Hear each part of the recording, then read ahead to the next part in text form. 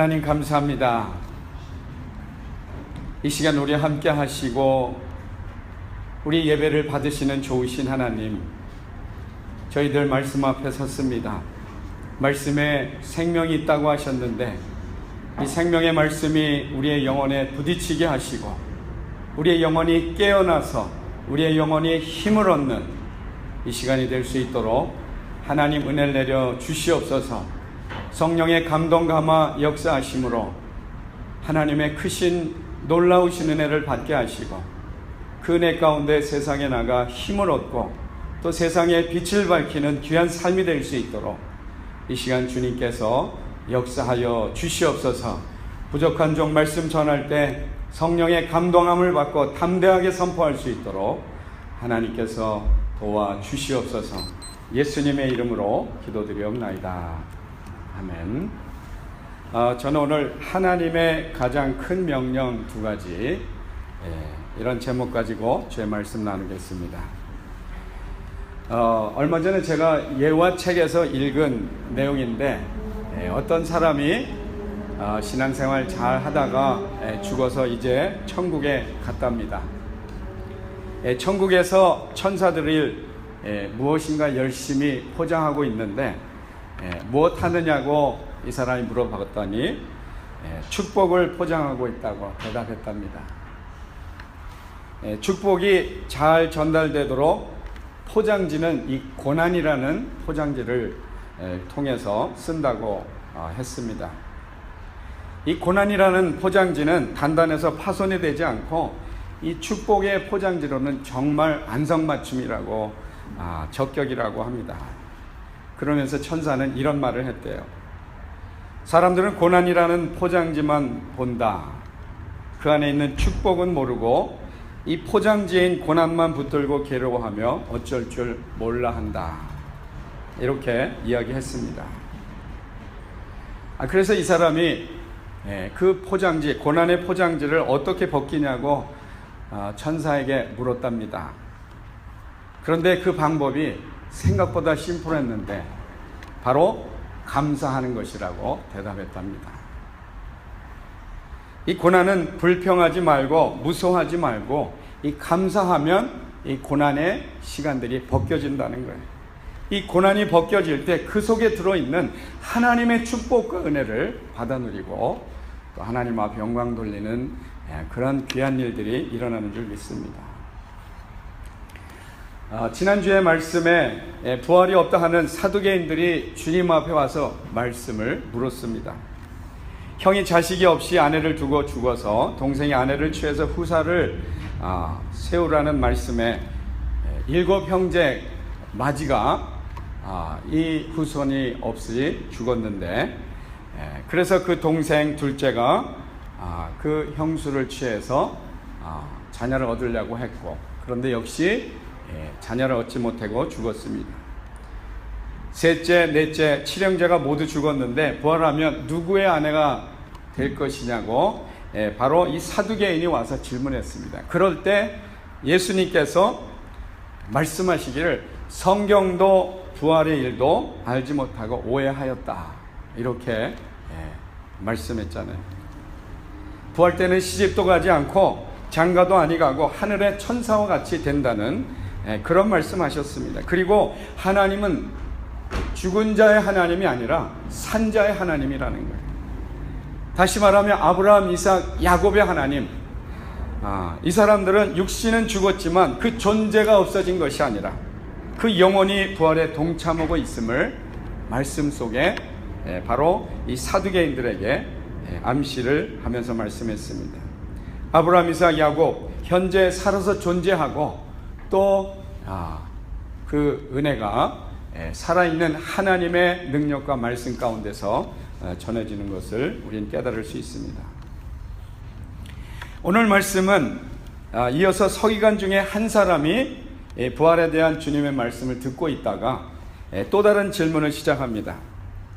하나님을 믿고 살면서 가장 큰 계명이 무엇입니까? 이렇게 질문하는데 서기관 중에 한 사람이 질문했는데 이 서기관이 뭐 하는 사람인가요? 당시 서기관들은 성경을 옮겨 적는 일종의 사서와 같은 사람이었어요. 그런데 성경을 계속 적고 또 그것을 카피하는 가운데 나중에는 그 성경을 해석하고 또 그 성경을 가르칠 수 있는 그런 단계까지 이뤄서 인정을 받았습니다. 그래서 성경 말씀 읽어보면 이런 분들을 율법사라고 하고 또 랍비라고 칭하는 그런 말씀을 대하게 됩니다. 평소에 율법에 관심이 많았던 이 서기관, 오늘 예수님 앞에서 지혜로운 그 예수님의 말씀 가르침을 받고 감동해서 그 마음속에 품고 있던 그 질문을 주님 앞에 했던 것입니다. 여기서 우리는 이 서기관의 그 질문과 그 생각을 통해서 그 서기관의 신앙관을 한번 생각해 볼 수 있습니다. 서기관의 질문의 의도가 어디에 있었는지 한번 또한 우리 마음속에 생각해 볼 필요가 있습니다. 예수님이 살던 이 시대는 율법학자들이 하지 말라이라는 말씀과 하라이라는 두 가지 말씀을 이런 계명을 이야기했는데, 하지 말라는 계명이 365개, 하라는 계명이 248개, 그래서 총 613개의 계명을 가지고 있었습니다. 사실 이렇게 613개의 계명이 많다 보니까 어떤 때는 이 계명, 어떤 계명, 무슨 계명이 우선되는 계명인지, 무엇을 먼저 지켜야 할지 항상 이 밤낮 논쟁거리가 됐습니다. 어떤 사람은 이것이 옳다고 하고 어떤 사람은 이것이 먼저 지켜져야 한다는 그런 논란거리가 되었던 것입니다. 오늘 본문에 이런 시대에 오늘 율법사들이 예수님에게 물어본 것입니다. 오늘 본문 28절, 모든 계명 중에 첫째가 무엇이니까? 이렇게 질문하고 있습니다. 많은 계명 중에서 어떤 것이 가장 중요하고 첫째가 되는 것이냐고 묻고 있습니다. 계명이 무엇인가요? 계명의 의미를 생각해 보면 계명은 종교나 도덕적으로 그 마땅히 지켜야 할 조건들을 말하고 있습니다. 그래서 우리 계명을 지키라고 하잖아요. 10계명도 있습니다. 하나님의 명령, 이 10계명을 말씀하고 있는데, 이 10계명은 하나님의 절대적인 명령입니다. 하나님을 믿고 하나님을 신뢰하고 하나님을 살아가는 사람은 이 10계명을 기준으로 지키면서 하나님을 의지하면서 신앙생활하라고 주신 하나님의 계명이라는 거예요. 잘 아는 것처럼 1계명에서 4계명은 하나님께 대한 명령, 하나님 앞에 예배드리고 살라는 것입니다. 5계명과 10계명은 우리 잘 아는 것처럼 사람들에 대한 계명인데, 세상에 살아갈 때, 사회생활할 때 어떻게 살아야 할지 그 기준, 하나님의 계명을 저와 여러분에게 주신 것입니다. 우리가 너무나 잘 아는 것처럼 이스라엘 백성이 출애굽해서 시내산에 도착했을 때 하나님께서 이스라엘 백성과 언약을 맺게 되었습니다. 그리고 하나님 백성답게 살아야 한다고 이 10계명을 주셨던 거예요. 10계명에 대하여 저와 여러분은 항상 하나님의 언약의 백성으로 지켜야 할 의무상이라는 거예요. 그래서 저와 여러분이 하나님을 믿고 예수님을 구주로 받아들여서 구원을 받은 사람이라면 이 10계명, 도덕적인 그리고 하나님의 사람으로 구별된 삶을 살아가는데 지켜야 하는 것입니다.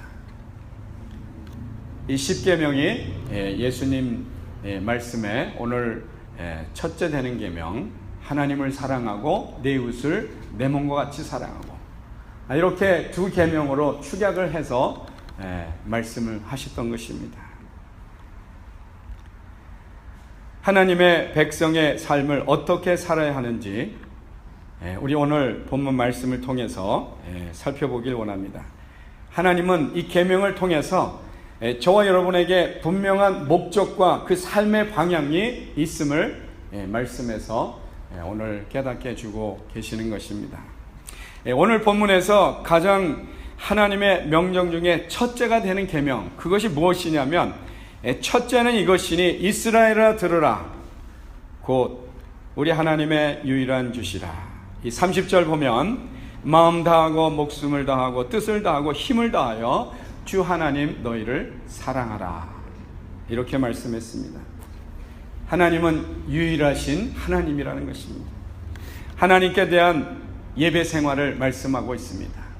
우상을 섬기고 다른 곳에 예배를 드리는 것이 아니라 천지우주 만물 창조하신 하나님을 예배하고 하나님의 계명을 쫓아가는 그러한 삶이 신앙의 삶이요, 하나님 택하시고 구별된 믿음의 사람들이 마땅히 살아야 할 그러한 삶인 것입니다.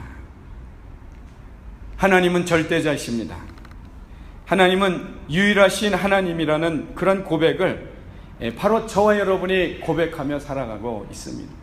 천지우주 만물 창조하시고 생사화복을 주장하시고 없는 것에서 있는 것을 창조하시고 시간의 제약을 받지 않으신 하나님, 죽은 자를 다시 살리시는 그분이 바로 하나님이시라는 거예요. 저와 여러분이 믿고 의지하는 그분이 바로 이와 같은 하나님이라는 것입니다.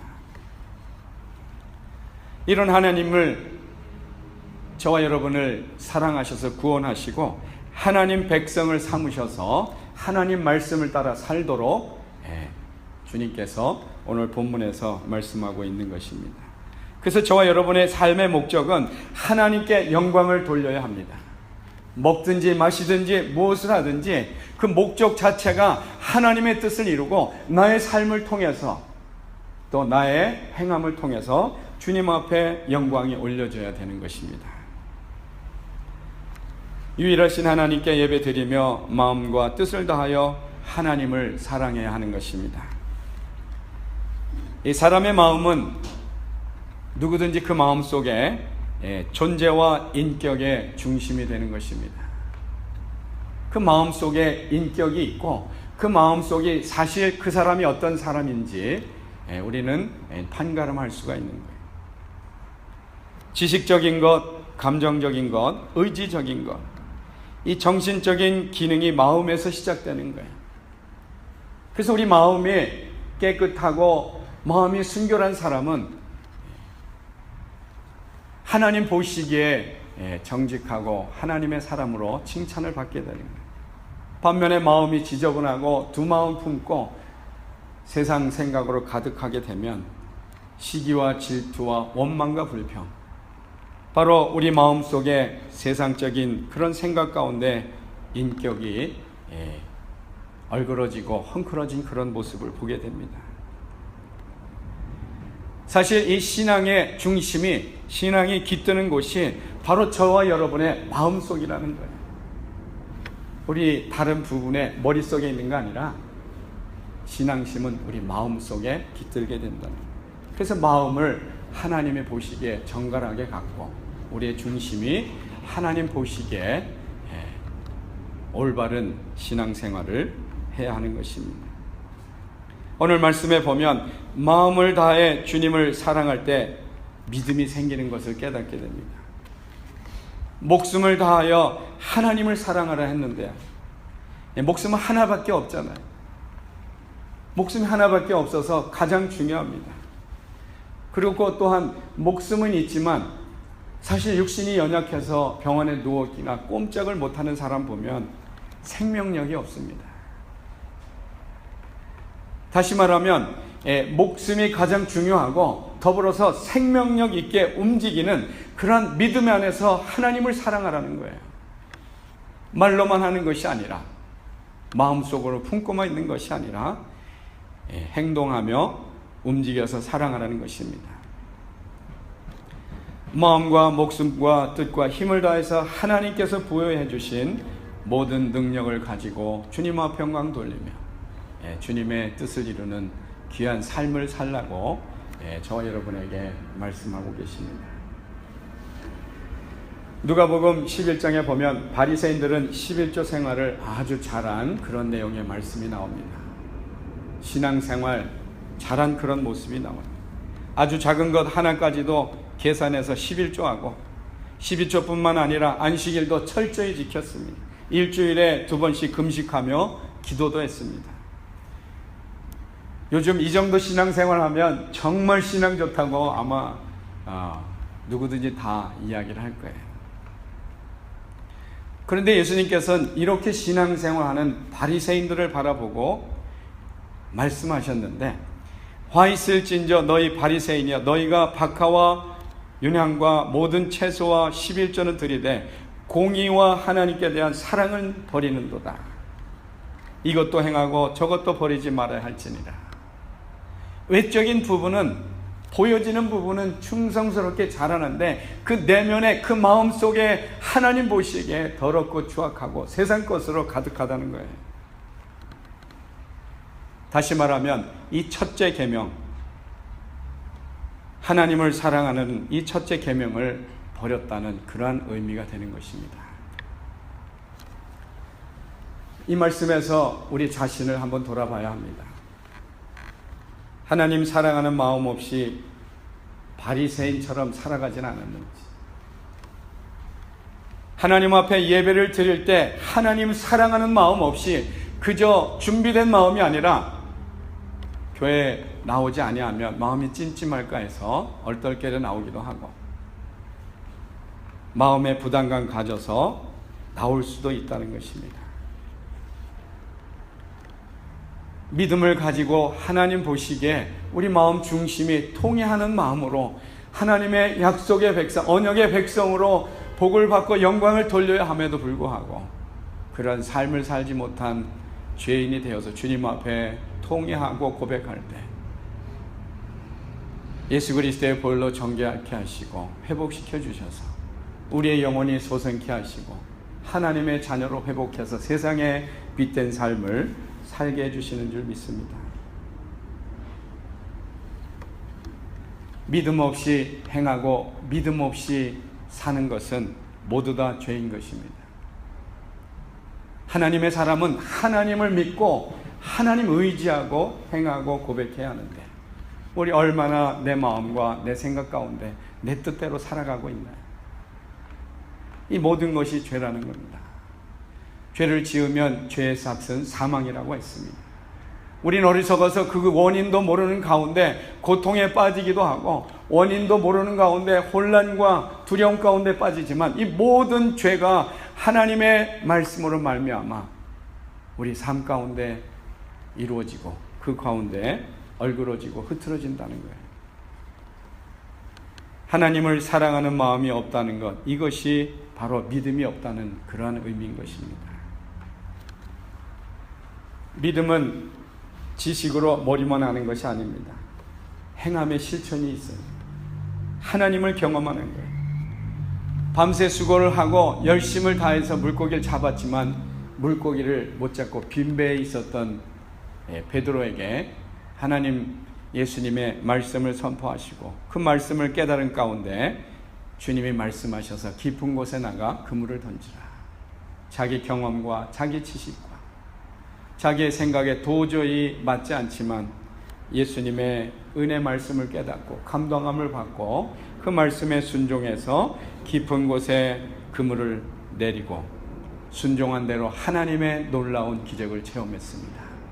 하나님 말씀으로 말미암아 하나님의 역사가 일어나고 그 역사로 말미암아 경험된 이 지식이 바로 하나님을 아는 지식이요, 이것이 바로 우리로 하여금 하나님을 더 의지하게 하고 하나님의 뜻을 이루며 영광을 드러내는 삶을 살 수 있도록 주님께서 이끌어 주시는 것입니다.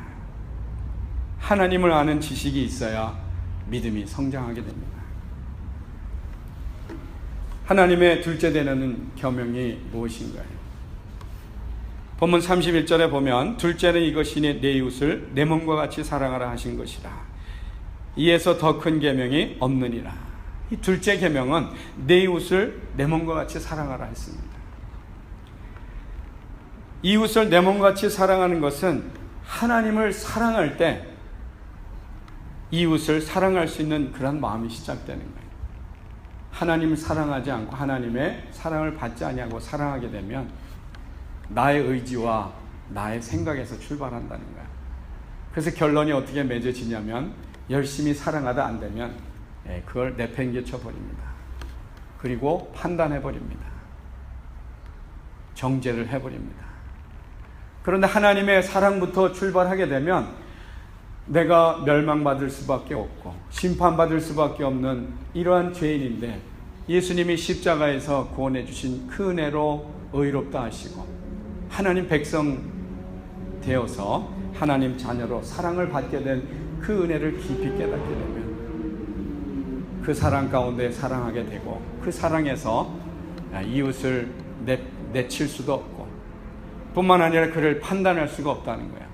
그걸 판단하고 내친다는 것은 곧 하나님의 그 사랑을 받은 것을 내치고 팽개친다는 그 자신의 생각에 동차하기 때문에 주님 앞에 엎드려서 이 못이 내 모습이요 이것이 나의 어리석음을 고백하며 사랑을 끌어안을 수밖에 없는 것입니다.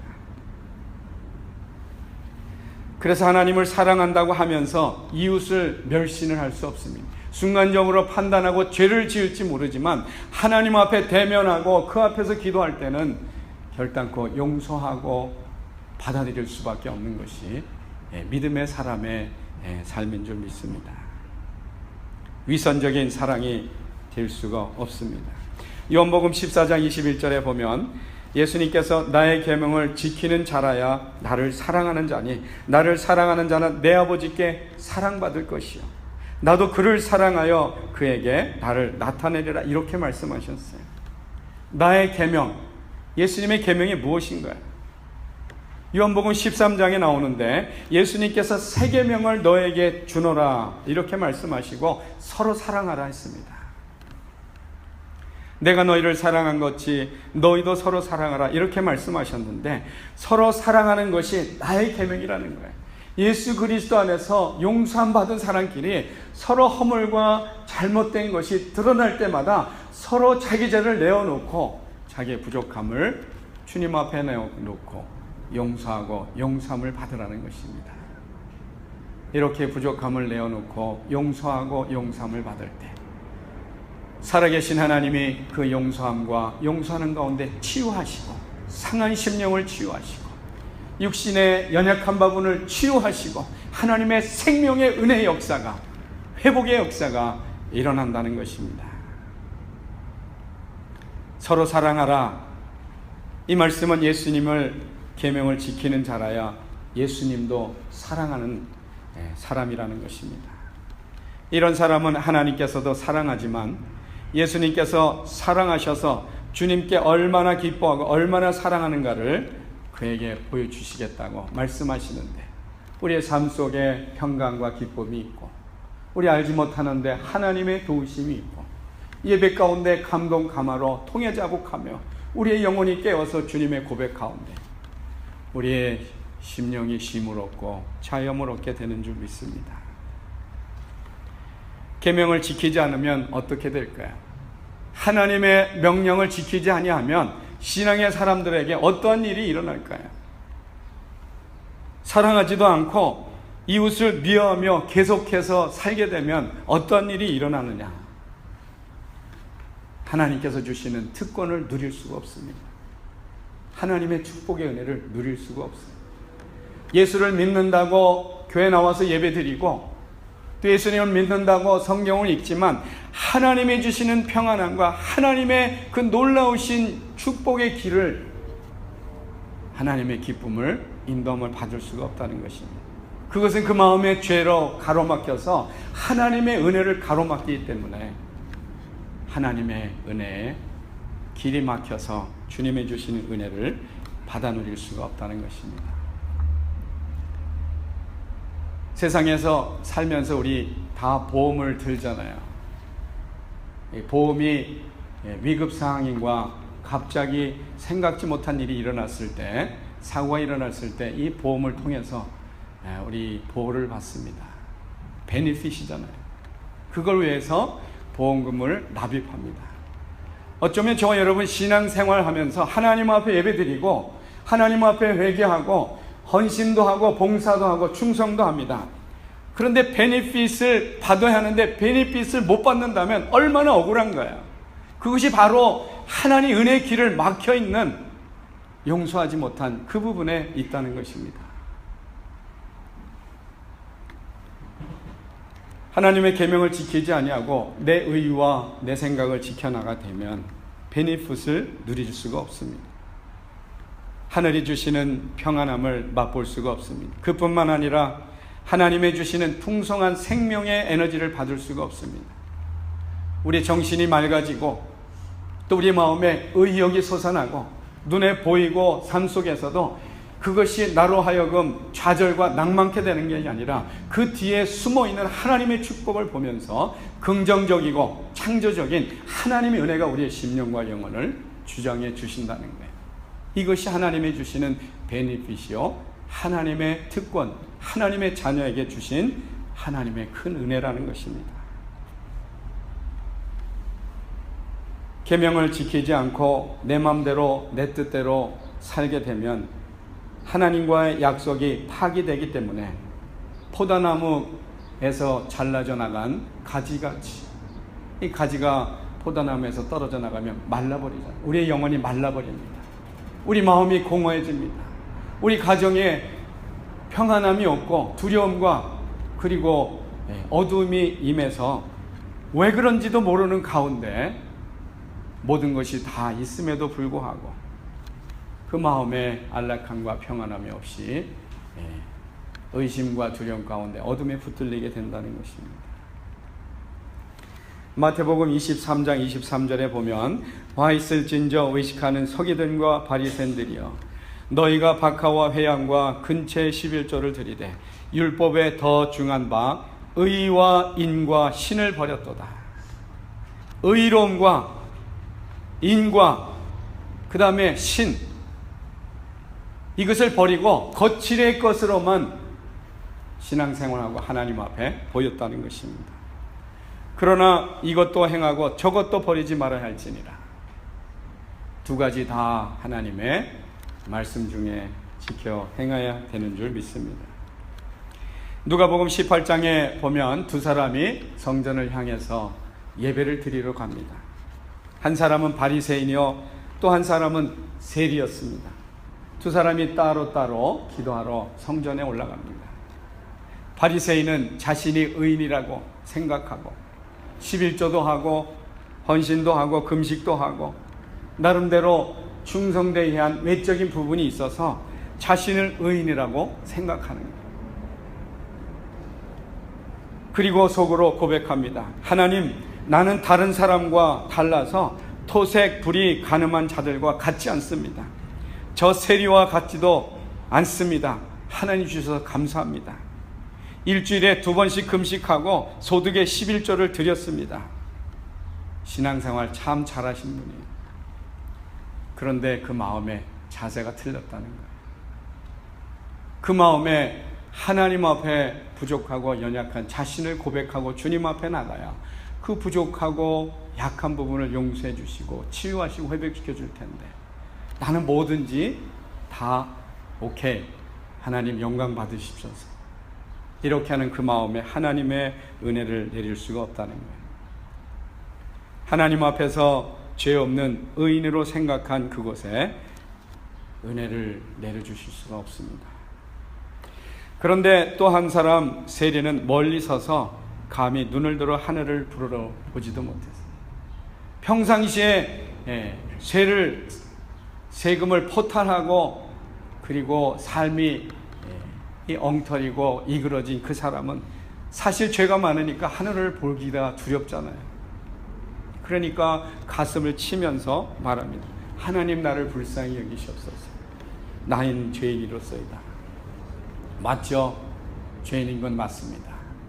그런데 그 마음의 중심이 하나님 보시기에 하나님 앞에서 죄인이라는 사실을 고백하고 통회하는 그 마음에 하나님 긍휼을 베푸시고 그 마음에 은혜를 내려주며 만나주시는 것입니다.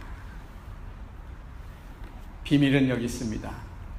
예수님을 만나면 자신의 죄인인 것을 깨닫고 그 앞에 통회자복해 할 때 예수님이 십자가에서 용서해 주신 그 놀라우신 은혜가 임해서 심령에 치료하시고 육신을 강건케 해주시는 줄 믿습니다. 오늘 말씀을 통해서 살펴봤는데, 그렇다면 어떻게 하나님의 계명을 지켜야 할까요? 저와 여러분, 세상은 날로 어두워지고 이 스마트폰만 보면 습관이 돼서 뉴스도 보고 궁금한 것 다 쳐다보잖아요. 돈이 있어야 살아가는 이 시대, 좋은 차를 타야 되고 해야 할 일도 많이 있습니다. 이런 시대에 하나님 말씀대로 계명대로 지켜서 살 수가 있을까요? 어떻게 해야 하나요? 오늘 본문 33절에 보면 마음을 다하고 지혜를 다하고 힘을 다하여 하나님을 사랑하는 것과 또 내 이웃을 내 몸과 같이 사랑하라, 이렇게 말씀했습니다. 이 명령을 지키는 것이 전체로 드리는 모든 번제물과 기타 제물보다 나으니라. 다 지킬 수 없을 때도 있습니다. 죄를 범할 때도 있습니다. 그러나 깨달아야 할 것은 하나님 앞에 나와 예배드리고 씻음을 받고 주님을 의지하여야 한다는 거예요. 뿐만 아니라 하나님이, 살아계신 하나님이 지키신다는 거예요. 생명과 건강은 하나님이 지키십니다. 파수꾼님이 경성한다 할지라도 이를 지키시는 분은 하나님이라 그랬어요. 권력과 명예로 아무리 높이 치닫다가도 한순간에 없어지는 것이 우리 삶에 너무나도 많잖아요. 거짓으로 권력을 잡고 물질로 권력을 잡은 이것은 오래가지 못하고 결국 무너지는 것을 우리 삶 속에서도 많이 봅니다. 더디고 느린 것 같지만 하나님의 계명을 붙들고 씨름하며 살 때 하나님이 지켜주시고 하나님이 온전케 해주심을 믿습니다. 하나님의 계명은 한마디로 사랑하라는 것입니다. 하나님을 사랑하고 이웃을 사랑하라는 거예요. 사랑하는 중심을 갖고 신앙생활을 한다면 그 중심이 하나님 보시기에 온전하다는 것입니다. 계명이 많고 여러 가지 지킬 것이지만 가장 핵심이 되는 것은 하나님 사랑, 이웃 사랑. 이웃 사랑은 나에게서 출발하는 것이 아니라 십자가에서 구원해주신 그 예수님의 사랑에서 출발하는 것입니다. 이웃을 진심으로 사랑한다면 어떻게 이웃에게 악행을 하겠어요? 사랑하는 사람의 물건을 도적질할까요? 그럴 수 없습니다. 내가 하나님의 자녀로 하나님의 영광의 빛이 나에게 가득하다면 내 어찌 하나님의 뜻을 거스리고 내 마음대로 하겠나요? 빛으로 밝아지게 되면 어둠이 다가올 수 없는 것처럼 하나님의 말씀으로 우리 심령과 삶에 충만하게 임하신다면 세상에 그 어둠의 거칠의 것들이 다가올 수가 없다는 것입니다. 그렇습니다.